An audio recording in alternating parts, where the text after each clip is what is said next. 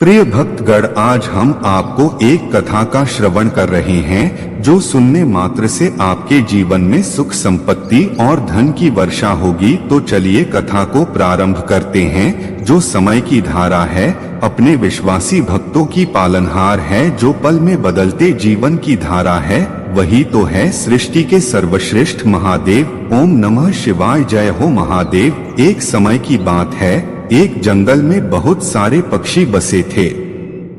उनमें से कुछ प्रशांत और मित्रभावी थे, जबकि कुछ चंचल और मस्तिष्कवान थे।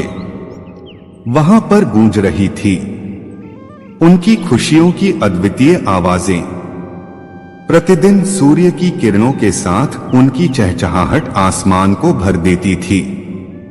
एक दिन जंगल के वृक्षों पर गड्ढे खोदने की एक छोटी चिड़िया ने फैसला किया। वह सभी पक्षियों को बुलाकर उन्हें बताने के लिए आह्वान करी कि वे सभी एक साथ मिलकर उन्हें रोकें। पक्षी ने कहा, हमें एक दिन की छुट्टी लेनी चाहिए ताकि हम सभी बातचीत कर सकें और एक दूसरे के साथ खेल सकें।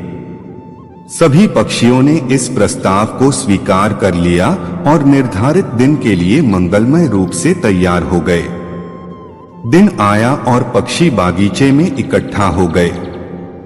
वे सभी एक साथ बैठे, चहचहाहट करते और खुशियां बांटते थे। एक दूसरे के साथ बातचीत करते समय पक्षियों ने एक खास विषय पर चर्चा की। उन्होंने यह जानना चाहा कि कौन सा पक्षी सबसे ऊंचा उड़ता है। सभी अलग अलग उत्तर देने लगे। कोई कह रहा था कि वही पक्षी सबसे ऊंचा उड़ता है जिसके पंख सबसे बड़े होते हैं, और कोई कह रहा था कि ऊंचाई पंखों के आकार से नहीं बल्कि उसकी सामर्थ्य से होती है। तब एक बुद्धिमान वनचरी उल्लू उस चर्चा को सुनता हुआ पास से गुजर रहा था।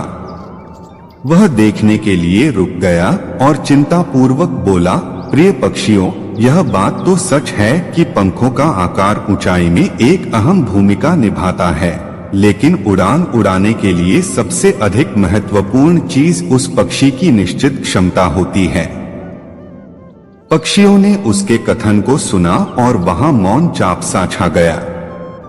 अब सभी ने समझ लिया था कि पंखों की छोटी मोटी बातें वास्तव में महत्वपूर्ण नहीं होती हैं, बल्कि उनका इस्तेमाल कैसे किया जाता है वही मायने रखता है।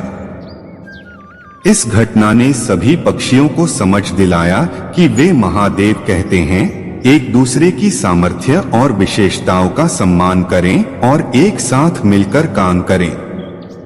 वे सभी समझ गए कि सहयोग और समर्पण ही उन्हें सफलता की ऊंचाई तक ले जा सकते हैं। इस घटना के बाद से पक्षियों के बीच संपर्क और सद्भाव बढ़ा। वे मिलकर खेलने लगे, एक दूसरे की मदद करने लगे और खुशियों का वितरण करने लगे। वे सभी बहुत खुश थे और उनकी दौड़ती हुई चहचहाहट फिर से उनकी जंगल में गूंजने लगी। महादेव कहते हैं, इस कहानी से हमें यह सीख मिलती है कि हमें सभी लोगों की विशेषताओं और सामर्थ्य का सम्मान करना चाहिए। हम सहयोग करके और समर्पण करके एक दूसरे की मदद कर सकते हैं और एक साथ काम करके हमेशा सफलता की ओर आगे बढ़ सकते हैं।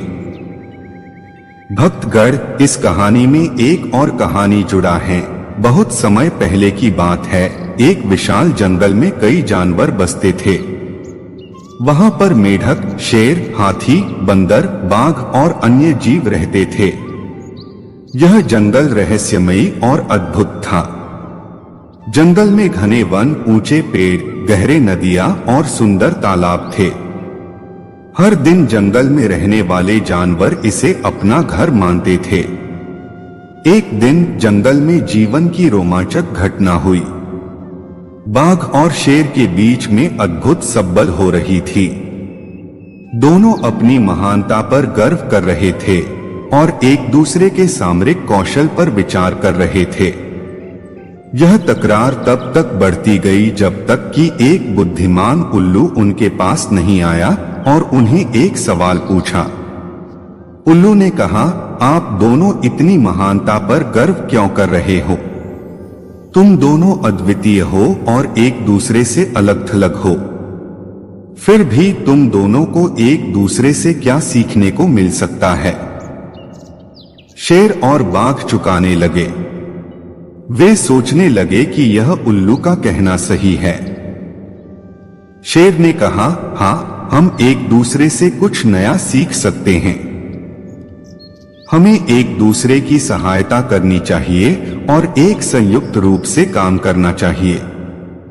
बाघ ने इस पर सहमति दी और वे उल्लू के साथ साझा करने का निर्णय लिया। उन्होंने तालाब के पास एक गुफा खोदी और उसे अपना सभागार बनाया। इस गुफा में वे अपने राज्य की समाचार साझा कर सकते थे और समस्याओं का हल ढूंढ सकते थे। वे बारिशी और शांतिपूर्ण सभाओं को आयोजित करने लगे और सभी जानवर उनके द्वारा दी गई सलाह का पालन करने लगे। इस नई संगठन में जंगल में अन्य जानवर भी शामिल होने लगे। हाथी, खरगोश, जिराफ, ऊंट और बहुत से और जानवर गुफा में आकर अपनी समस्याओं का समाधान ढूंढने लगे। सभी जानवरों ने मिलकर जंगल के विकास और सुरक्षा के लिए संगठित हो गए। जंगल में एकता बढ़ी और जानवरों के बीच सद्भाव फैला। वे सभी एक दूसरे की मदद करते और समाधान ढूंढते रहते। उन्होंने अपने पर्यावरण की रक्षा के लिए कठिन कदम उठाए और जंगल को स्वच्छ और सुरक्षित बनाने के लिए संघर्ष किया। यह जंगल अब अद्भुत स्थान बन गया था। इसमें अनेक जानवरों की आवाजें एक साथ मिलकर आती थीं। यहाँ के पेड़ पौधे सुंदरता से भरे थे और नदियां चमकती थीं। इस जंगल में रहने वाले जानवर समय समय पर सभा में इकट्ठा होते और मिलकर अपने सभी जीविकों का ध्यान रखते थे। जंगल के नए किंगडम में जीवन सुखद और समृद्ध हो गया। सभी जानवर अपनी अद्भुत और अनूठी प्राकृतिक विलासिताओं का आनंद लेते थे। इस जंगल ने सबको सिखाया कि संयुक्तता, सहयोग और संगठन की शक्ति सभी के लिए जरूरी है। वे सब अपने अपने तरीकों से इस जंगल को सुरक्षित रखते और एक दूसरे की मदद करते थे। जंगल का नया किंगडम दिखा रहा था कि जब विभिन्न जानवर एकत्र होते हैं तो वे हर मुश्किल को पार कर सकते हैं और अपने सपनों को पूरा कर सकते हैं। इस कहानी से हमें यह सीख मिलती है कि हमारा पर्यावरण हमारी देखभाल की जरूरत है और हमें सबसे साझा बनकर इसे सुरक्षित रखना चाहिए।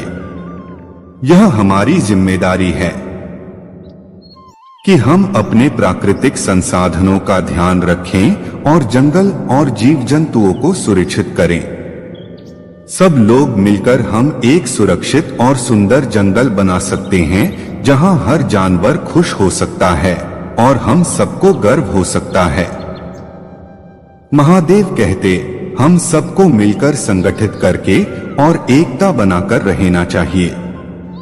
इससे हम सभी मिलकर किसी भी मुश्किल का सामना कर सकते हैं, कोई भी काम पल भर में कर सकते हैं। दोस्तों, वीडियो पसंद आए तो चैनल को सब्सक्राइब और बेल आइकन को दबाकर लाइक कर दीजिए और कमेंट में हर हर महादेव लिख दीजिए। हर हर महादेव।